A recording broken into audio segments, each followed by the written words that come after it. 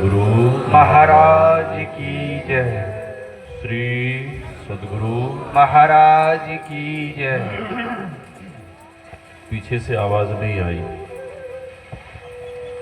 एक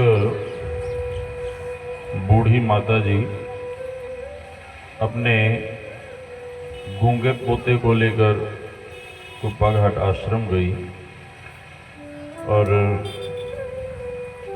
आचार्य श्री से प्रार्थना करने लगी, कहने लगी कि बाबा मेरे पोते को आशीर्वाद दिया जाए। आचार्य श्री ने ऐसे ही थोड़ा सा प्रसाद देते हुए कहा कि ठीक है माता जी, जाइए। मैया चरण में पड़कर रोने लगी। जब चरण में पड़कर बहुत रोने लगी तो आचार्य श्री को दया आ गई और आचार्य श्री अपने सेवकों से पूछते हैं कि माई क्यों रो रही है। सेवकों ने कहा कि हुजूर, इसका पोता बोलता नहीं है और ये चाह रही है कि आप इसके पोते को आशीर्वाद दें और इसका पोता बोले। जब माई बहुत रोने लगी तब आचार्य श्री के भीतर करुणा की बाढ़ आ गई और आचार्य श्री उस गूंगे बालक से कहते हैं, बोल बच्चा, श्री सद्गुरु महाराज की जय। बच्चा नहीं बोला। फिर दूसरी बार आचार्य श्री कहते हैं, बोल बच्चा, श्री सद्गुरु महाराज की जय। बच्चा नहीं बोला। तीसरी बार जैसे ही आचार्य श्री उस बच्चे से बोलने के लिए बोले तो गूंगा बच्चा भी जोर से बोल उठा, श्री सद्गुरु महाराज की जय। हरिद्वार में और हरिद्वार के बाद अभी प्रयागराज में कुंभ मेला लगा था। बहुत पहले जब संत कबीर साहब इस धराधाम पर विराजते थे,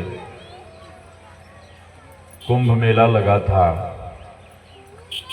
बाबा कबीर अपने शिष्यों के संग स्नान कर रहे थे, गंगा स्नान। बहुत सारे संत महात्मा, बहुत से लोग गंगा जी नहा रहे थे। उसी समय एक मरा हुआ बालक गंगा जी में बह रहा था। सेवक ने देखा कि बहुत सुंदर बालक है। सेवक ने गुरु महाराज से प्रार्थना की, गुरुदेव इस बालक के ऊपर कृपा करिए, दया करिए, इसे अपने पास बुला लीजिए। बाबा कबीर कहते हैं कि तुम देख नहीं रहे हो, ये बालक मरा हुआ है, ये बुलाने से नहीं आ सकता। सेवक ने कहा कि गुरुदेव ये तो मानव है, ये तो मानव है, बालक है, बच्चा है। आप तो ऐसे संत हैं, ऐसे महापुरुष हैं कि मानव को कौन कहे।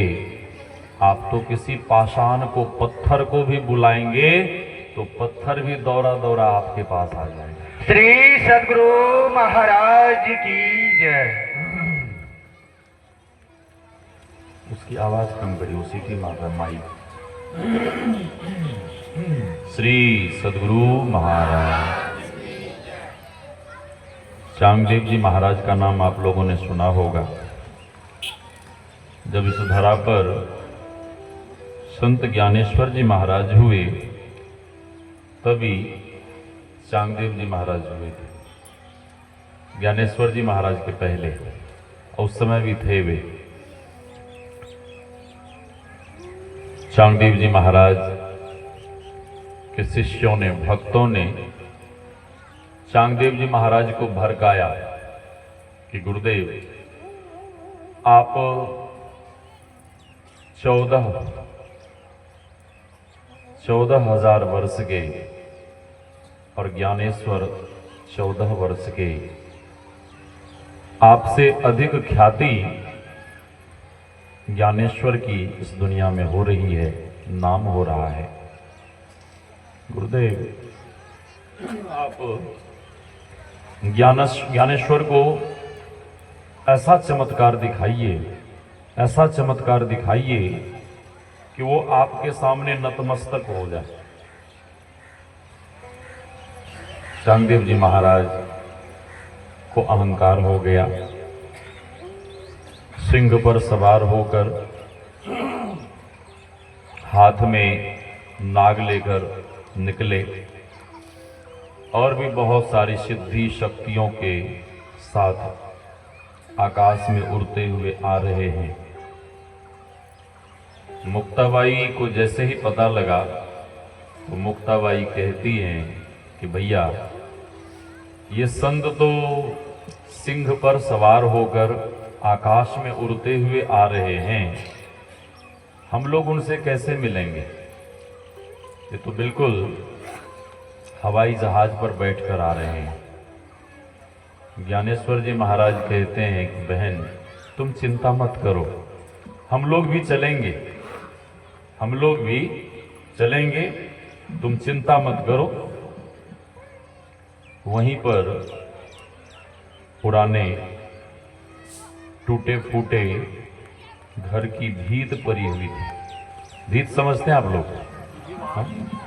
हाँ, पुराने जमाने में मिट्टी की दीवार हुआ करती थी, जिसे हम लोग भी भीत ही बोलते हैं। भीत, उस भीत पर ज्ञानेश्वर जी महाराज कहते हैं दोनों भाइयों और मुक्ताबाई से कि इस पर बैठो। बैठ गए, स्वयं ज्ञानेश्वर जी महाराज भी बैठ गए। बैठने के बाद उस निर्जीव मिट्टी के भीत दीवार से ज्ञानेश्वर जी महाराज कहते हैं कि भाई भीत चलो। और जैसे उन्होंने कहा कि भाई भीत चलो, तो भीत तुरंत आकाश में उड़ने लगे। श्री सद्गुरु महाराज की जय।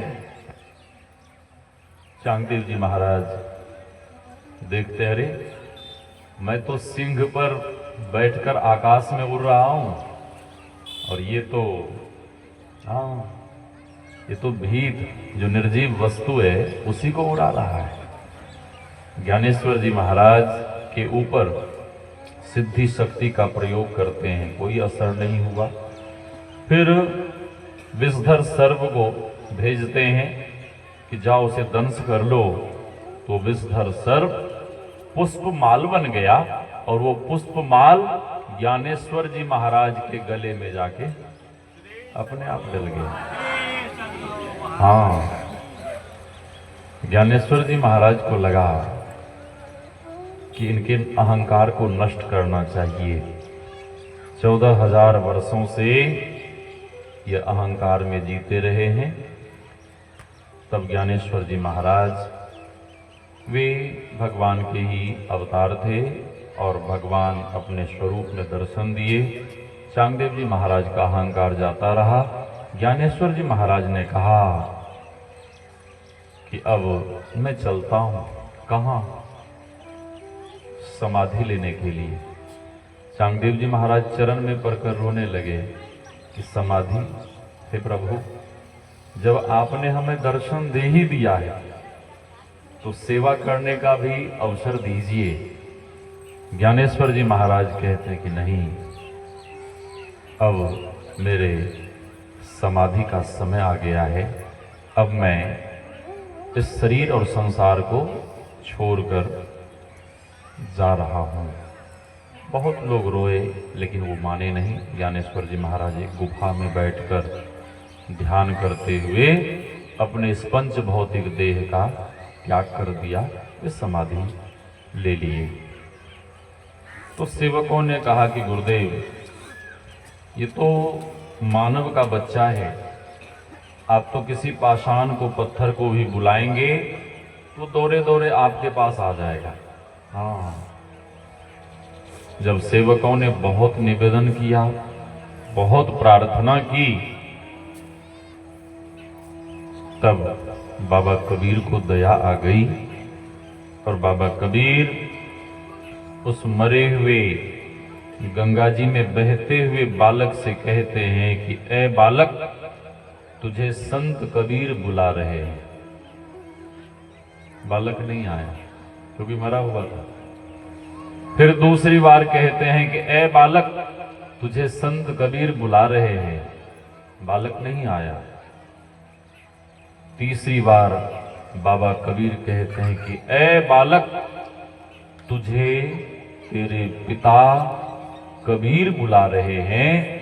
और जैसे ही बाबा कबीर ने तीसरी बार कहा कि तुझे तेरे पिता कबीर बुला रहे हैं, उसी समय वो मरा हुआ बच्चा जीवित होकर गंगा जी के ऊपर दौड़ता हुआ बाबा कबीर के चरण में जाके पड़ गया। श्री सतगुरु महाराज की जय। बाबा कबीर के चरण में जाके पड़ गया। वहीं सिकंदर लोदी स्नान कर रहा था। सिकंदर लोदी ने जब इस दृश्य को देखा, इस करिश्मा को, सिकंदर लोदी बहुत खुश हुआ, प्रसन्न हुआ और सिकंदर लोदी कहने लगा, कमाल हो गया, कमाल हो गया, कमाल हो गया। तो बाबा कबीर ने उसका नाम ही कमाल रख दिया। हाँ, तो संत के नाम के जयघोष में कभी भी कंजूसी नहीं करनी चाहिए। संत भगवंत के नाम का जो जयघोष नहीं करते हैं, अगले जन्म में उसे परमात्मा क्या बना देते हैं? क्या बना देते हैं? हाँ, मैं नहीं बोलूंगा, इसलिए कभी भी कंजूसी मत करिए। बोलिए श्री सतगुरु महाराज की जय। ध्येयं सदा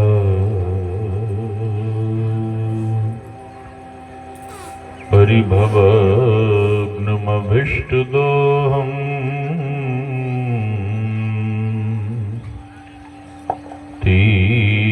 तीर्थास्पदं शिवविरञ्चिनुतं शरण्यम् मृत्यार्तिहं प्रणतपालिभवाब्धिपोतम् वन्दे महापुरुषते चरणारविन्दम्।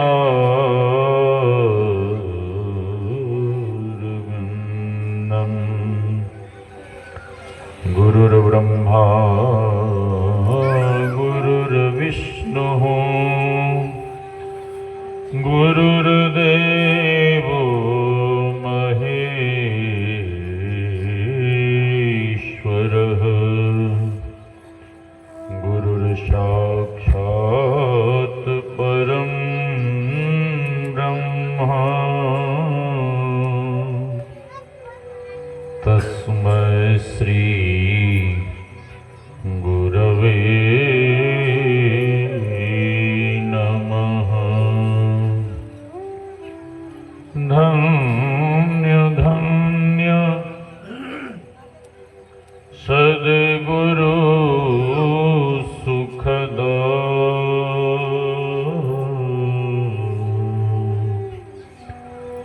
महिमा कही न जाय।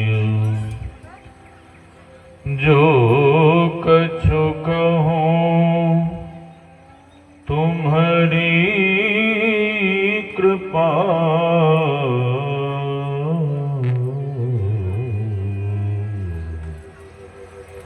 मोते कछु नो बसा। मेरा मुझ में कुछ नहीं, जो कुछ है गुरु तो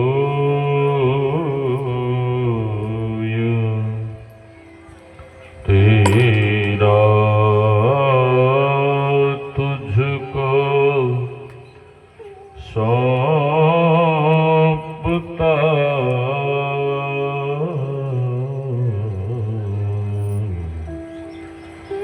क्या लगेगा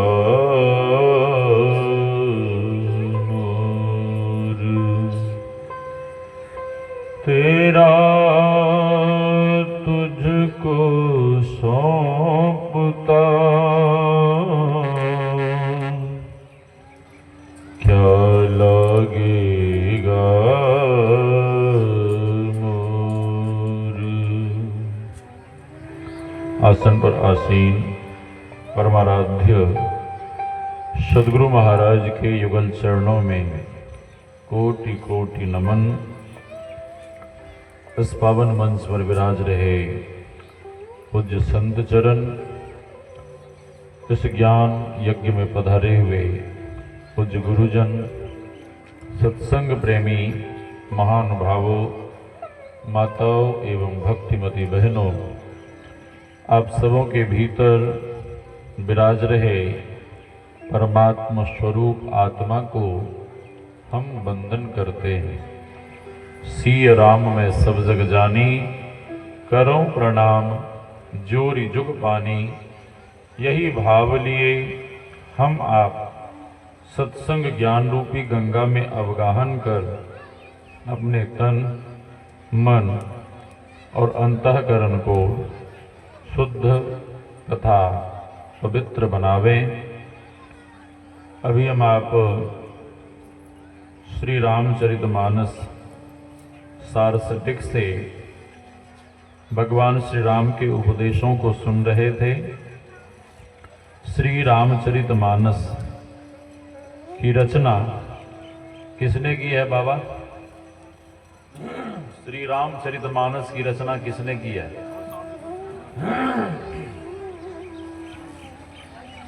अधिकांश लोग यही जानते हैं कि श्री रामचरितमानस की रचना बाबा तुलसी ने की है, लेकिन बाबा तुलसी इसी रामचरितमानस में लिखने की कृपा की है, रची महेश निज मानस राखा।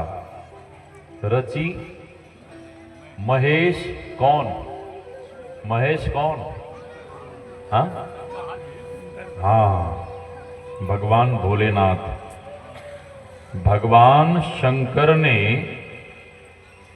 रामचरितमानस की रचना की है और रचकर उन्होंने कहाँ रखा था? मानस, अपने हृदय में। अपने हृदय में समय पाकर उन्होंने अपनी अर्धांगिनी मां पार्वती को सुनाने की कृपा की। बाबा तुलसी से लोगों ने पूछा, फिर आपने क्या किया? आपने क्या किया? तो बाबा तुलसी कहते हैं कि जैसे पुराने जीर्ण शीर्ण ग्रंथ को नवीनीकरण के लिए लोग दोबारा से छपवा देते हैं, वही कार्य मैंने किया है। हाँ, रचना तो उनकी है, मैंने ग्रंथ का रूप देने का काम किया है। हाँ, उसी ग्रंथ से हम आप पाठ श्रवण कर रहे थे। बड़े भाग मानुष तन पावा, सुर दुर्लभ सदग्रंथ ही गावा। भगवान कहते हैं, we have got this human body, you great luck. हम आप लक्की हैं, हम आप सौभाग्यशाली हैं कि हम आपको यह देव दुर्लभ शरीर मिला है। और किनकी कृपा के कारण? हरि तुम बहुत अनुग्रह कीन्हो। भगवान कहते हैं कबहुक करी करुणानर देही, देत ईस बिनु हेतु सनेही। भगवान श्री राम कहते हैं God has given this human body by grace. Grace कृपा, करुणा, दया, मेहर। और वे परमात्मा परम कृपालु हैं, परम दयालु हैं। उन्हीं की करुणा कृपा के कारण हम आपको यह देव दुर्लभ शरीर मिला है। भक्त बिंदु कवि ने परमात्मा के बारे में लिखने की कृपा की है। कृपा की न होती जो आदत तुम्हारी, तो सुनी ही रहती अदालत तुम्हारी। वो दीनों के दिल में जगह तुम न पाते, तो किस दिल में होती इबादत तुम्हारी। गरीबों की दुनिया है आबाद तुमसे, गरीबों से है बादशाहत तुम्हारी। तुम्हारी उल्फत के न मुलजिम ही होते, न तुम होते हाकिम, न घर घर में होती हिफाजत तुम्हारी। तुम्हारी उल्फत के दृगबिंदु हैं वे, तुम्हें सौंपते हैं अमानत तुम्हारी। वे परमात्मा परम कृपालु हैं, परम दयालु हैं। उन्हीं की कृपा के कारण हम आपको यह देव दुर्लभ शरीर मिला है। और यह देव दुर्लभ शरीर किस लिए मिला है? किस लिए मिला है? खाने कमाने मौज मस्ती करने के लिए नहीं। हाँ, भगवान कहते हैं साधन धाम मोक्ष कर द्वारा। यह शरीर साधनों का घर है और इसी शरीर में मोक्ष का दरवाजा भी है। शास्त्र ने तो कह दिया दुर्लभो ही मानुषो देहो देहि नाम छन मंगुरः, तत्रापि दुर्लभम मन्ये वैकुंठ प्रिय दर्शनम। यह देव दुर्लभ के साथ साथ यह शरीर कैसा है बाबा? श्री सद्गुरु महाराज की। बीच में आप लोग सामने में मत आइए, इन्हें रोकिए, सबका ध्यान बटेगा। ऐसे में कोई भी ठीक से नहीं सुन पाएंगे, सभी लोगों का ध्यान बटेगा। उधर एक जने रहिए, दोनों साइड दो व्यक्ति रहिए, दो सेवक बैठिए कुर्सी लगा के, या चाहे जैसे बैठना है बैठिए। और सामने किसी को मत आने दीजिए। जिन्हें चढ़ावा चढ़ाना है, प्रसादी चढ़ाना है, वो बाद में चढ़ाएंगे। सत्संग के समय सामने में, मंच के सामने आने से बाधा होती है। बाधा डालने से दोष लगता है, पाप लगता है। पाप के भागी मत बनिए। लोगों को सत्संग सुनने दीजिए, बाद में चढ़ावा चढ़ाते रहिएगा। श्री सद्गुरु महाराज की जय।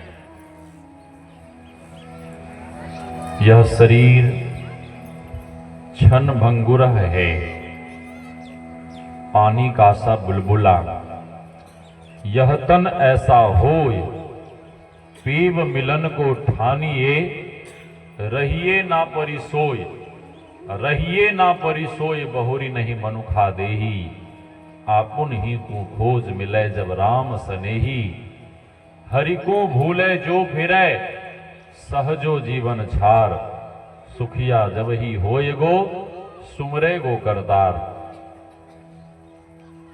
पानी का सा बुलबुला, यह तन है बुलबुला पानी का। मत कर तू अभिमान जवानी का। पानी के बुलबुले को आपने बढ़ते हुए देखा होगा। बरसात के समय में आंगन में पानी का बुलबुला वो धीरे धीरे बढ़ता है। बढ़ते समय तो सभी लोग देख लेते हैं, लेकिन नष्ट किस समय होता है कोई देखते हैं, कोई देख भी नहीं पाते हैं। उसी तरह से यह शरीर पला बढ़ा, युवावस्था को प्राप्त हुआ, वृद्धावस्था, बाबा कबीर कहते हैं, नहीं बालक नहीं जौबने, नहीं बिरधी कछुबंद, वह अवसर नहीं जानिए, कब आए परे जमफंद, कब जमराज का फंदा गले में पड़ जाएगा, कहना मुश्किल है। इसलिए समय के रहते युवा लोगों को कहिए कि चलो ना, सत्संग हो रहा है, बहुत अच्छी व्यवस्था हुई है, बहुत बढ़िया, चलो ना। तो युवा लोग कहेंगे, बच्चे लोग कहेंगे कि सत्संग, ध्यान करना, भजन कीर्तन करना, ये काम तो बूढ़े लोगों का है। हाँ, तुम्हारा क्या काम है भाई? तो युवा पीढ़ी के लोग कहेंगे मेरा काम है खाना पीना, मौज मस्ती करना। हाँ, लेकिन उन्हें ये नहीं पता है कि कब काल झपट्टा मारेगा और लेकर चला जाएगा, कहना मुश्किल है। क्षण भंगुर। एक सज्जन देवघर जा रहे थे, यही पिछले वर्ष की घटना है। बिहारीगंज से निकले, बाइक पर थे, रात्रि को जल भरने जा रहे थे सुल्तानगंज, और नवगछिया से पहले कोसी में जो ब्रिज है, पुल, उसी पुल पर जा रहे थे। पीछे से वो कोई 4 व्हीलर वाला बहुत स्पीड में आ रहा था, पता नहीं वो नशे में धुत होगा, बाइक को इतनी जोर से टक्कर मारा कि वे सज्जन बाइक से गिरे और उसी समय मर गए। हाँ, जीवन का कोई ठिकाना नहीं है। एक सेठ जी ने कहा अपनी पत्नी से कि देवी चाय पीनी है, जल्दी से चाय बनाओ। सेठानी गई किचन में चाय बनाने के लिए, और इधर से सेठ जी कुर्सी पर बैठे थे, और कुर्सी पर बैठे बैठे सेठ जी का राम नाम सत हो गया। चाय लेकर जब सेठानी आई तो देखती क्या है कि मेरे पति देव तो, इनका कल्याण हो गया। जीवन का कोई ठिकाना नहीं है। हाँ, इसलिए संत महापुरुष कहते हैं, तन पवित्र सेवा किए, धन पवित्र कर दान, मन पवित्र हरि भजन सो, होत त्रिविध कल्याण। इस विषय पर कल सुनाने का प्रयास करूंगा।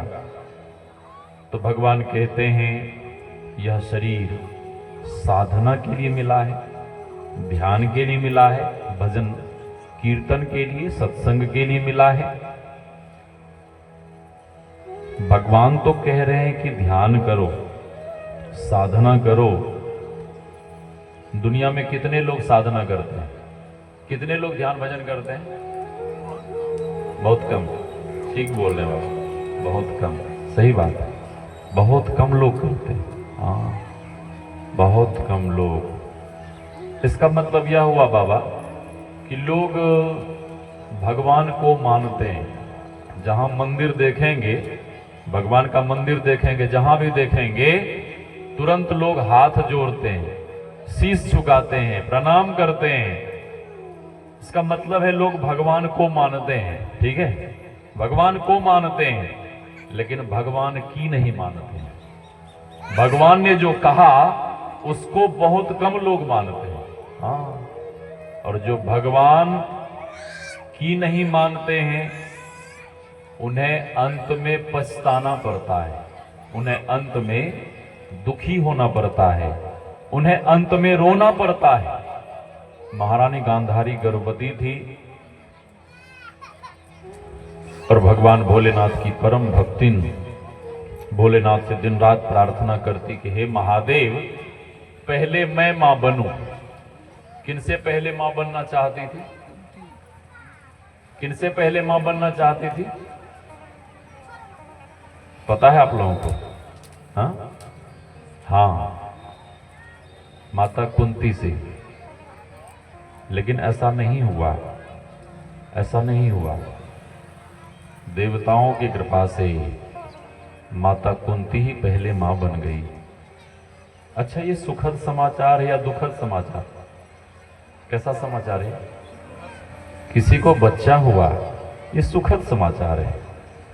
सुखद समाचार सुनकर हम आपको खुश होना चाहिए कि नाराज होना चाहिए? खुश होना चाहिए, प्रसन्न होना चाहिए। सज्जनों का धर्म है प्रसन्न होना चाहिए। लेकिन दुष्टों का क्या धर्म है?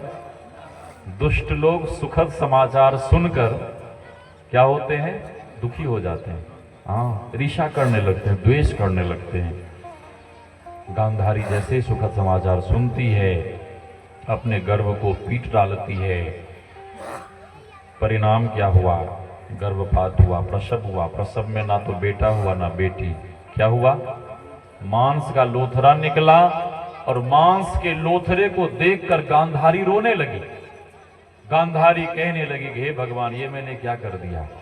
दासी को बुलाती है, सुन, इसे ले जा टोकरे में भरकर और वहां फेंकना जहां कोई भी मानव या कोई भी देख ना पाए, ऐसी जगह फेंकना। फेंकने निकली, जंगल में जैसे पहुंची, सामने से महर्षि व्यास आ रहे थे।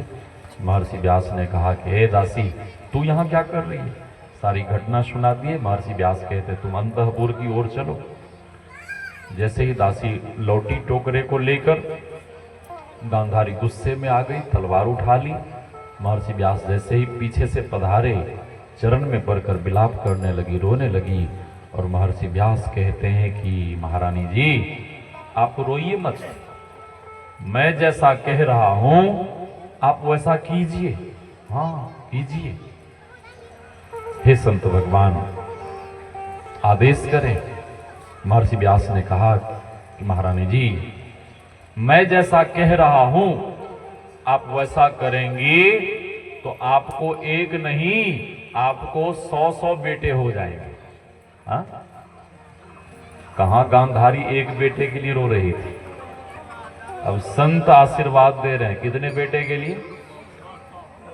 एक माई हरगोविंद साहब के पास जाती, उनकी शिष्या थी, नित्य प्रार्थना करती कि हे गुरुदेव भगवान, मेरे मरने के बाद कोई पानी देने वाला नहीं है, हाँ, संतान प्राप्ति का आशीर्वाद दो। हरगोविंद साहब ने कहा कि माई, आज तक बेटा बेटी से किसी को सुख नहीं मिला है। जब बेटा नहीं था तब भी आत्मदेव रो रहा था। सही बात है माता जी, हाँ? बेटा नहीं था तब भी आत्मदेव रो रहा था, मरने को गया था, आत्महत्या करने को गया था। और जब धुंधकारी जैसा बेटा पैदा हुआ तब भी आज मरना चाह रहा है। गोकर्ण जी महाराज, जिनका जन्म गौ माता के गर्भ से हुआ था, उन्होंने कहा कि हे पिताजी, इस संसार में कोई भी सुखी नहीं है, इस संसार में कोई सुखी नहीं है। गोकर्ण जी महाराज ने कहा, नो चेन्द्रस्य सुखम किंचित, नो सुखम चक्रवर्तिनः, सुखमस्ति विरक्तस्य मुनि एकांत जीविनः। हे पिताजी, इस संसार में कोई सुखी नहीं है। धनहीन कहे धनवान सुखी, धनवान कहे सुख राजा को भारी। गोकर्ण जी महाराज कहते हैं कि हे पिताजी, इस शरीर और संसार से मोह का त्याग करिए। देहस्थि मांस रुधिरे भिमतिम त्यजत्वम, जाया सदा दिशु ममताम विमुंचो, पश्यानिशम जगदिदम क्षण भंगु निष्ठम, वैराग्य राग रसिको भव भक्ति निष्ठ। हे पिताजी, धर्मम भजस्व सततम, त्यजलोक धर्मान, सेवस्व साधु पुरुषाम, जही काम तृष्णा।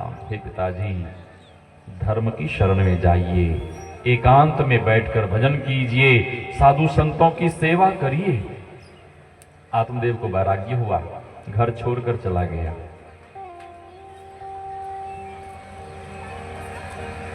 हरगोविंद साहब ने कहा कि ए माई, आज तक बेटा बेटी से किसी को भी सुख नहीं मिला है। माई लौटकर चली गई, फिर आई, फिर पुत्र की कामना करती है।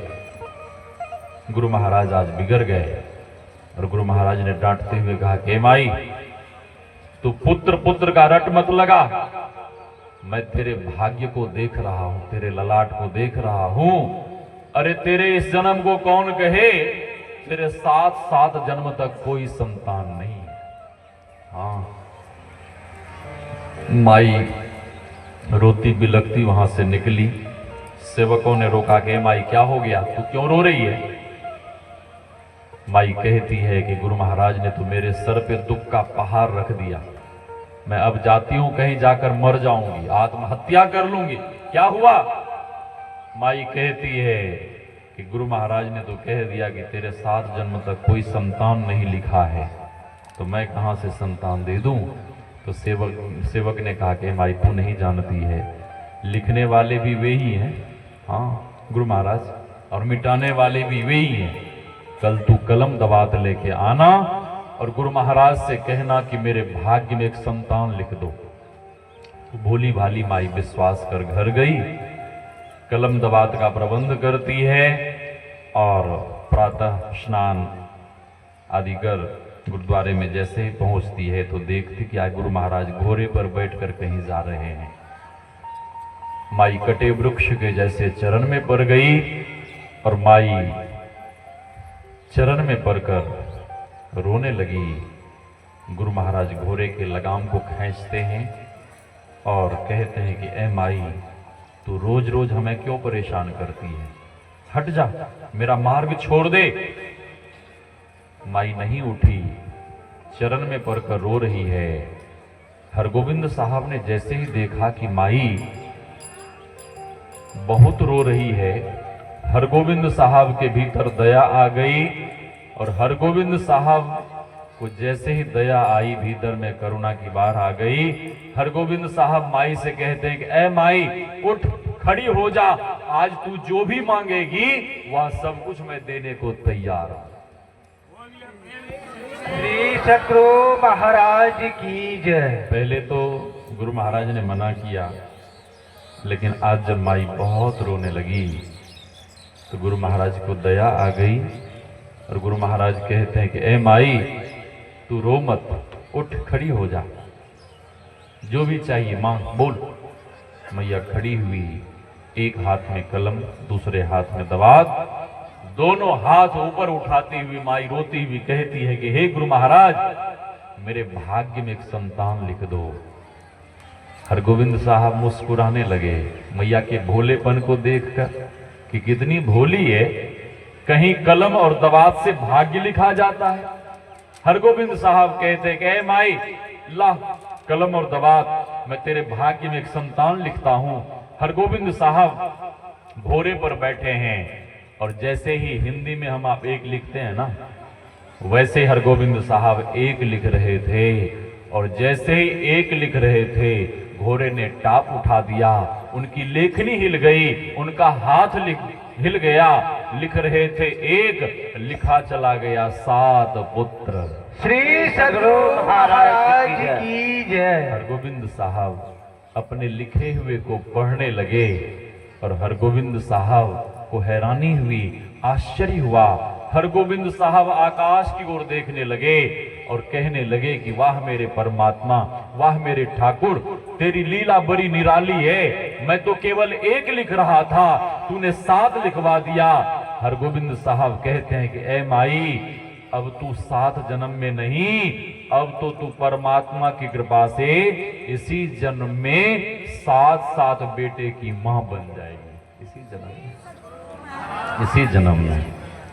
आज गांधारी के ऊपर महर्षि व्यास की बहुत बड़ी कृपा हुई है और महर्षि व्यास कहते हैं कि एक नहीं 100 बेटे होंगे, मैं जैसा कह रहा हूं वैसा कीजिए। ठीक है, आदेश करें, हे संत भगवान आदेश करें, मेरे लिए क्या आदेश है? महर्षि व्यास ने कहा 100 घी के घड़े मंगवाइए।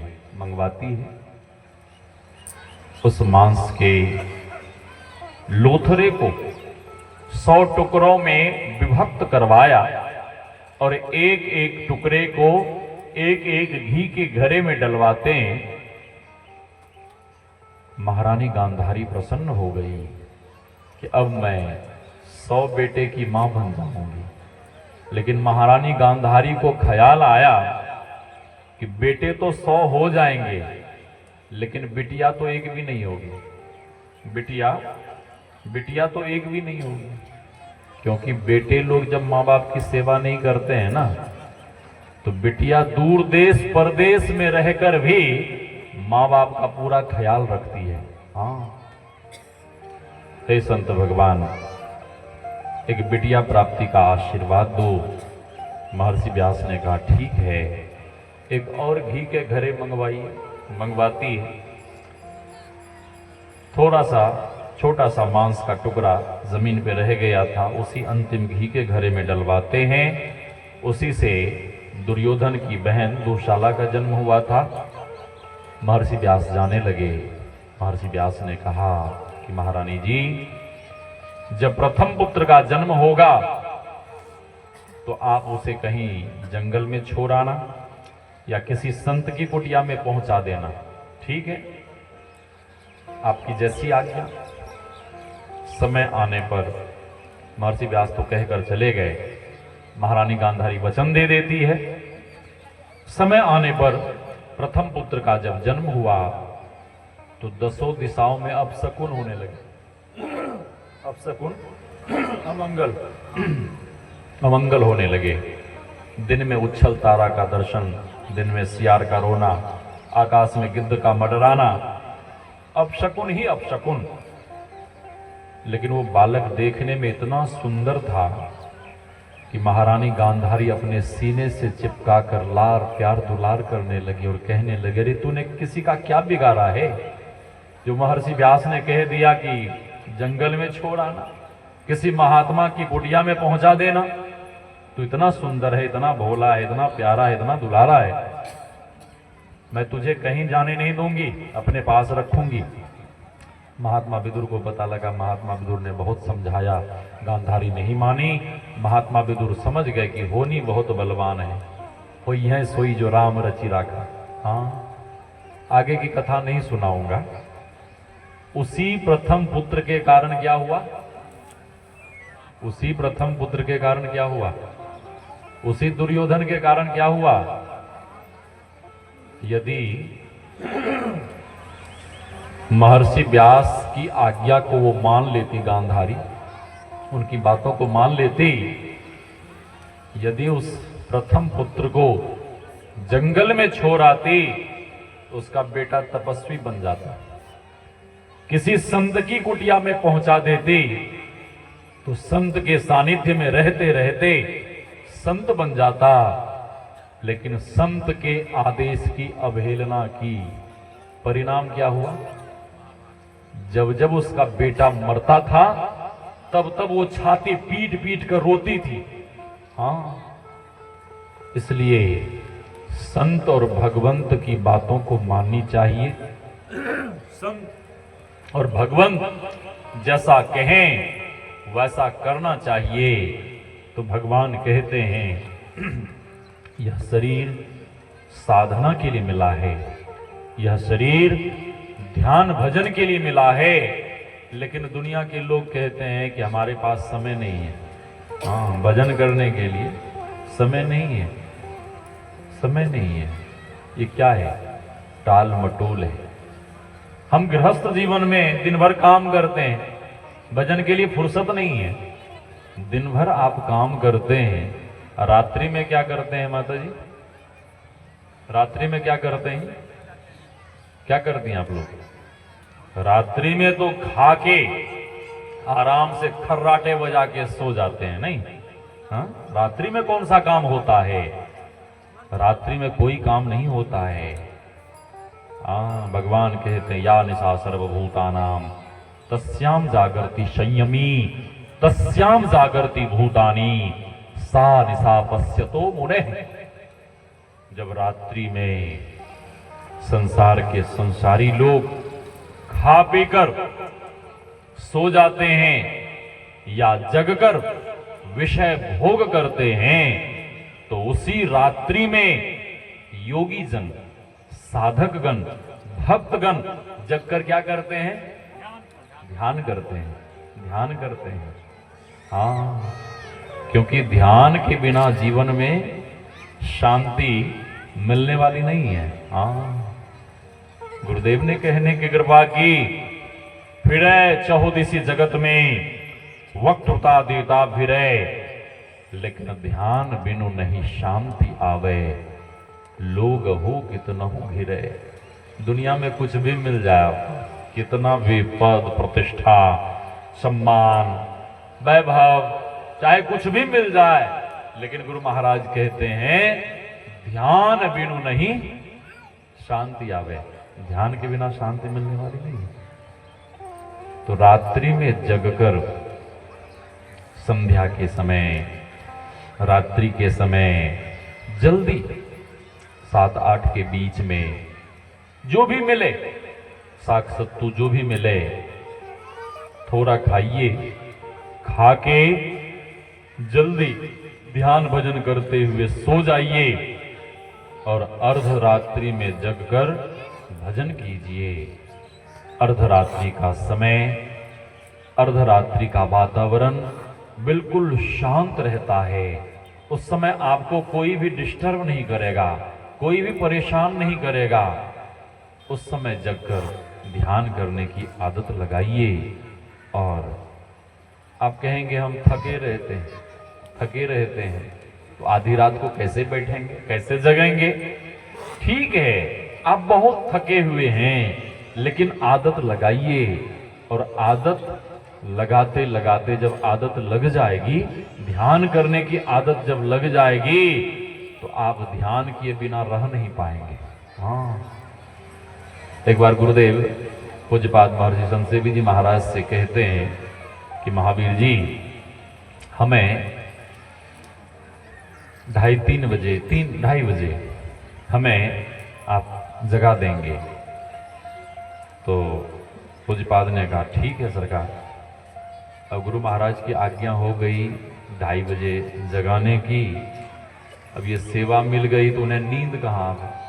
हाँ, अभी रात भर जगे हैं कि गुरु महाराज ने कहा 2:30 बजे जगाने के लिए। हाँ, अब जैसे ही घड़ी देख रहे हैं कि 2:30 बजने ही वाला है, तो बिस्तर से उठे, अपने निवास से जैसे ही गुरु निवास के तरफ बढ़े, तो गुरु महाराज इनके कुछ बोलने के पहले, इनके पहुंचने के पहले ही गुरु महाराज कह देते कि महावीर जी आप आ गए। अब उन्हें लगा जरी गुरु महाराज तो पहले से ही जगे हुए हैं, गुरु महाराज तो पहले से ही जगे हुए हैं। फिर दूसरे दिन गए 2 बजे जैसे ही निवास के पास पहुंचने ही वाले थे, तो उधर से गुरु महाराज कहते हैं कि महावीर जी आप जग गए।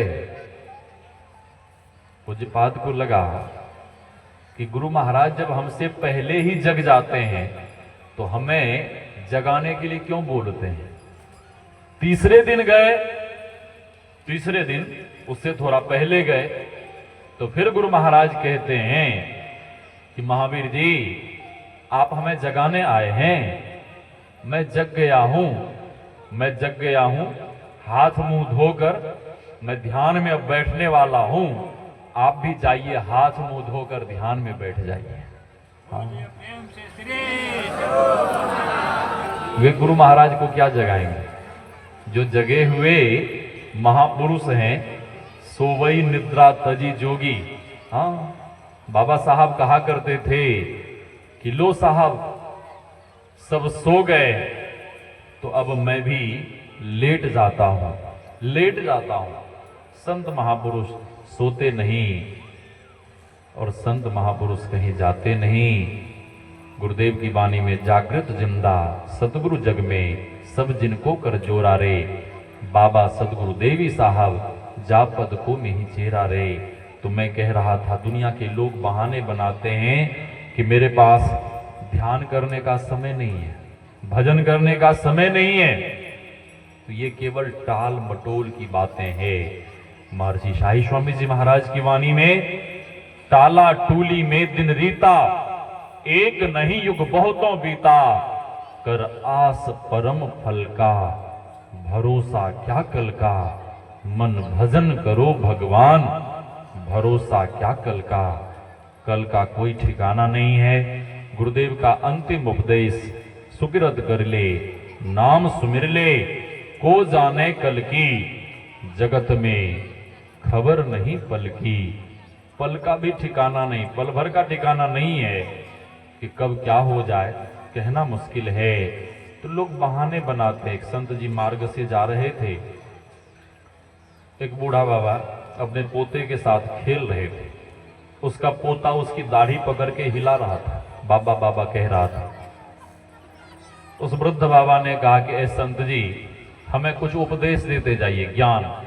संत ने कहा कि हम तुम्हें क्या उपदेश देंगे, तुम्हें तो तुम्हारा पोता ही उपदेश दे रहा है। उस बूढ़ा बाबा ने कहा कि मेरा पोता मुझे उपदेश दे रहा, मैं कुछ समझा नहीं। संत जी ने कहा, इस नन्हे बालक के शुद्ध तोतली बानी पे अब भी तो कुछ शर्माओ, और ये तेरा पोता कह रहा है बाबा बाबा, अब भी तो बाबा बन जाओ, अभी तो घर छोड़ो। और बूढ़ा आदमी बहुत चालाक था। उसने कहा, हे संत जी, मेरा पोता जब बाबा बाबा कहता है तो मैं बाबा बनने का प्रोग्राम बना लेता हूं। और जैसे ही झोला झंडा लेके घर से बाहर निकलता हूं तो सामने से बेटी का बेटा आ जाता है। कौन? हा? नाती। पोता कहता बाबा बाबा, मैं बाबा बनने के लिए घर से निकलता हूं तो सामने से नाती आता है और नाती कहता है नाना नाना नाना, ए नाना, चाहे कुछ भी हो जाए बाबा जी मत बनना। आदमी कम चालाक नहीं है। भगवान आगे कहते हैं, यही तन कर फल विषय न भाई। ए भाई, यह शरीर विषयों को भोगने के लिए नहीं मिला है। आहार निद्रा भय में धुनंच सामान्य में तद पशुभिर नरानाम। महर्षि साई स्वामी जी महाराज की वाणी में, मान मान मन यह तन तेरा, हीरा रतन अनमोल है। विषयों के पीछे पर पगले, कर रहा माटी मोल है। मिट्टी के मोल में क्यों हीरे लुटा रहा है, क्यों आत्मा को बेचकर इस तन को सजा रहा है। हीरे से भी अधिक बेश कीमती यह शरीर है, लेकिन मिट्टी के मोल में लोग बर्बाद कर रहे हैं। विषयों के पीछे पर पगले, कर रहा माटी मोल है, बर्बाद कर रहा है। रावण कहां रहता था? पूर्णिया में, तो अररिया में। रावण कहां रहता था? कटिहार में, लंका में। हाँ, लंका किस चीज से बनी थी? सोने की लंका, उस स्वर्ण नगरी लंका। अच्छा, स्वर्ण नगरी लंका का रावण ने दुरुपयोग किया या सदुपयोग? दुरुपयोग किया, ठीक है, सभी लोग जानते हैं। मैं केवल याद दिला रहा हूं आप लोगों को, याद। रावण को सोने का नगर मिला था, ठीक है, और हम आपको ये मानव जीवन रूपी एक सुनहरा अवसर मिला है। मानव जीवन रूपी एक सुनहरा अवसर मिला है। रावण ने दुरुपयोग किया, और दुरुपयोग करने का परिणाम क्या मिला? सोने के महल, रुपए के छाजा, और छोड़ चले नगरी के राजा। 1 लाख पूत और 1.25 लाख नाती, जा रावण घर दिया न बाती। रहा न कुल कोई रोवन हारा, कोई दीप जलाने वाला, कोई रोने वाला भी नहीं बचा। रावण रोता हुआ गया दुरुपयोग करने के कारण। और हम आप भी इस सुनहरे अवसर का दुरुपयोग करेंगे तो हम आपको भी रोने और पछताने के सिवा कुछ भी हाथ लगने वाला नहीं है। इसलिए इस मानव जीवन को विषयों के पीछे पर पगले, कर रहा माटी मोल है। विषय विषय विष है, विषय जहर है, विषय स्वीट पॉइजन है। विषय धीमा जहर का काम करता है। जब लोग विषय भोग करते हैं तो क्या होता है? हाँ, ठीक बात, बिल्कुल सही बात है बाबा। लेकिन लोग नहीं मानते, लोग नहीं मानते हैं। और आजकल ये जो मोबाइल फोन निकला है ना, मोबाइल फोन को देख देख कर आजकल के बच्चे लोग बचपन से ही बिगड़ रहे हैं। हाँ, और ब्रह्मचर्य का बिल्कुल दुरुपयोग कर रहे हैं, नष्ट कर रहे हैं, बर्बाद कर रहे हैं। अरे ब्रह्मचर्य नष्ट होने के साथ साथ तुम्हारा शरीर नष्ट हो जाएगा, तुम्हारा शरीर बर्बाद हो जाएगा। और जब तक ब्रह्मचर्य व्रत का पालन नहीं करेंगे तब तक साधना नहीं हो सकती, तब तक साधना नहीं हो सकती। गुरु महाराज ने हुलास बाबू से कहने की कृपा की कि हुलास बाबू आप विवाह नहीं करते तो इसी जन्म में जीवन मुक्त हो जाते। तो गुरु महाराज का कहने का क्या आशय था कि मानव विवाह नहीं करे, विवाह करे, लेकिन गृहस्थ जीवन में भी नियम होने चाहिए, संयम होने चाहिए। पशु के जीवन में नियम होता है, पक्षियों के जीवन में नियम होता है, तो मानव के जीवन में क्या नियम नहीं होने चाहिए? नियम होने चाहिए। हाँ, एक दो बच्चे हो जाए तो फिर ब्रह्मचर्य का पालन करे, हाँ, अपने आप को यम नियम में रखे और खूब मन लगाकर साधना करे, ध्यान भजन करे। हाँ, विषयों के पीछे और पगले बैठ जाओ बच्चा। श्री सदगुरु माँ, इसको बिठाइए, किसका बच्चा है, इसको बिठाइए ना, सबका ध्यान उसी की तरफ जाएगा, इसको बिछाइए, बिठाइए। हाँ, श्री सदगुरु महाराज की जय। एक बूढ़ी माता जी साधु बाबा के पास गई और कहने लगी, संत जी मेरे घर पधारो, भोजन ग्रहण करो। संत जी आए, मैया जल्दी जल्दी भोजन परोस कर दे दी, सब कुछ तो परोस दी, लेकिन पापड़ परोसना भूल गई। भोज भंडारे में होता ना, घी और पापड़ लास्ट में परोसा जाता है, टेस्टी होता है। अब संत जी ने देखा कि मैया ने सब कुछ तो परोस दी लेकिन पापड़ परोसना भूल गई। अब भोजन के तरफ संत जी का ध्यान नहीं जाए, बार बार वहीं ध्यान जाए पापड़ के तरफ।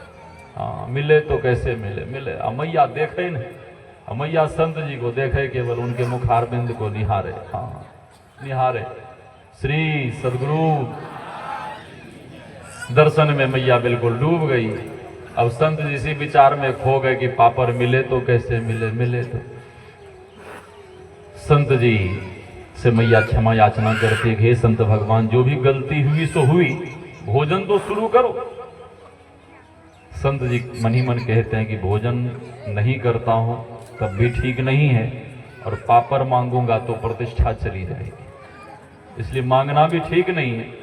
हाथ में जल लिया, भगवान को भोग लगाते हुए मंत्र पढ़ना शुरू किया। ब्रह्मार्पणम ब्रह्मभिः ब्रह्माग्नो ब्रह्मणाहुतम ब्रह्मैव तेन गंतव्यम ब्रह्म कर्म समाधि नाम। भगवान को भोग लगाते हुए जैसे ही संत जी ने एक कौर खाया, उनकी दृष्टि फिर वहीं गई। कहां? चूल्हे के पास जहां पापड़ रखा हुआ था। मिले तो कैसे मिले। हम आपको करोड़ों की वस्तु मिल जाए और 2 कौड़ी की नहीं मिले तो करोड़ों की लगती है। हाँ, करोड़ों की लगती है। संत जी भोजन शुरू करते हैं और संत जी के दिमाग में वही बातें घूम रही है कि पापड़ मिले तो कैसे मिले।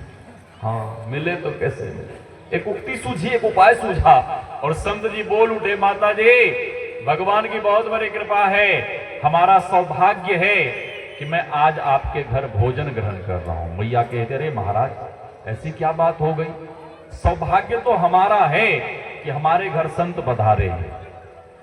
हाँ, मैं एक संत को जी मार रही हूं, परमात्मा की कृपा तो हमारे ऊपर है, ऐसी क्या बात। संत जी कहते हैं, मैं मार्ग में आ रहा था तो बहुत बड़ा बिस्तर सर्प मिल गया था, मैं उससे बाल बाल बच गया। मैया पूछती, महाराज जी बताइए ना सांप कितना बड़ा था। संत जी कहते, अभी भोजन करने दो, बाद में मैं बता दूंगा कि कितना बड़ा था। 2 मिनट के बाद फिर मैया पूछती, महाराज जी बताइए ना सांप कितना बड़ा था। संत जी कहते, मेरी थाली देख रही हो। मैया कहती, महाराज जी मैं सांप के बारे में पूछ रही हूँ। संत जी कहते, वही मैं बता रहा हूँ। मैया कहती, महाराज जी बताइए ना। संत जी कहते, मेरी थाली से लेकर वो जो चूल्हे के पास पापड़ रखा हुआ है उतना ही बड़ा सांप था, उससे अधिक बड़ा सांप नहीं था। मैया कहती, अरे महाराज मैं तो पापड़ परोसना भूल ही गई। संत जी कहते हैं कि मैं पापड़ नहीं कह रहा था, मैं तो केवल इशारा कर रहा था आपको। मैया फिर लाकर पापड़ परोसी। ये किसी संत की व्यथा कथा नहीं है, ये प्रत्येक मानव की व्यथा है।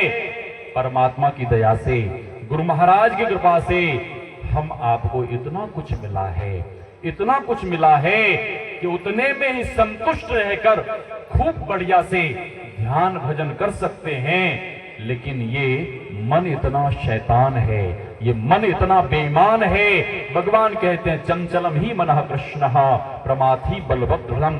ये मन बड़ा चंचल है, कैसे तेरा भजन करूं, जितना इसे समझाऊं उतना ही मचल जाए। ये चंचल और चलायमान मन भजन में नहीं लगता, जप में नहीं लगता, ध्यान में नहीं लगता, कहां भागता है? संसार की तरफ, विषयों के पीछे पर पगले। महर्षि व्यास कहते हैं भोगो न भोगता वयमेव भोक्ता, तपो न तपता वयमेव तपता, कालो न याता वयमेव याता, तृष्णा न जीर्णा वयमेव जीर्णा। हम आप संसार के सुख को भोग कर सुखी होना चाहते हैं। आज तक कोई भी सुखी नहीं हो पाए, इसलिए संसार के सुख का त्याग कीजिए। और त्याग तब होगा जब हम आप खूब सत्संग करेंगे। सत्संगत्वे निसंगत्वम, निसंगत्वे निर्मोहत्वम, निर्मोहत्वे निश्चलितत्वम, निश्चलितत्वे जीवन मुक्ति ही। दुनिया के लोगों ने कहा भगवान जी ये ध्यान भजन करना, बाबा जी बनना बड़ा कठिन काम है, कोई आसान उपाय बताइए। तो भगवान कहते हैं एक आसान उपाय मेरे पास है। वो क्या? करण धार सद गुर दृढ़ नावा, दुर्लभ साज सुलभ करी पावा। अपने जीवन की बागडोर संत सदगुरु के हाथों में समर्पित कर दो, फिर क्या होगा? एक भक्त ने अपना भाव प्रकट किया है, अब सौंप दिया इस जीवन का, सब भार तुम्हारे हाथों में है, जीत तुम्हारे हाथों में और हार तुम्हारे हाथों में। जब जब संसार का कैदी बनूं, निष्काम भाव से कर्म करूं, अर्पण कर दूं इस जीवन का, सब भार तुम्हारे हाथों में। मुझ में तुझ में है भेद यही, मैं नर हूं तुम नारायण हो, अर्पण कर दूं इस जीवन का, अर्पण कर दूं इस जीवन का, सब भार तुम्हारे हाथों में, अब सौंप दिया इस जीवन का।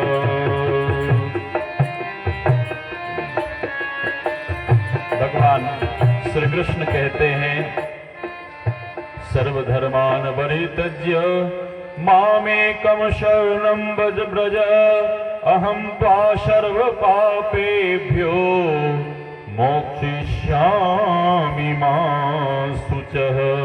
शंकराचार्य जी महाराज कहते हैं गुरु चरणाम्बुज निर्भर भक्त, गुरु चरणाम्बुज निर्भर भक्त, संसाराद् चिराद् भवमुक्तः, सेन्द्रिय मानस नियमादेवम्,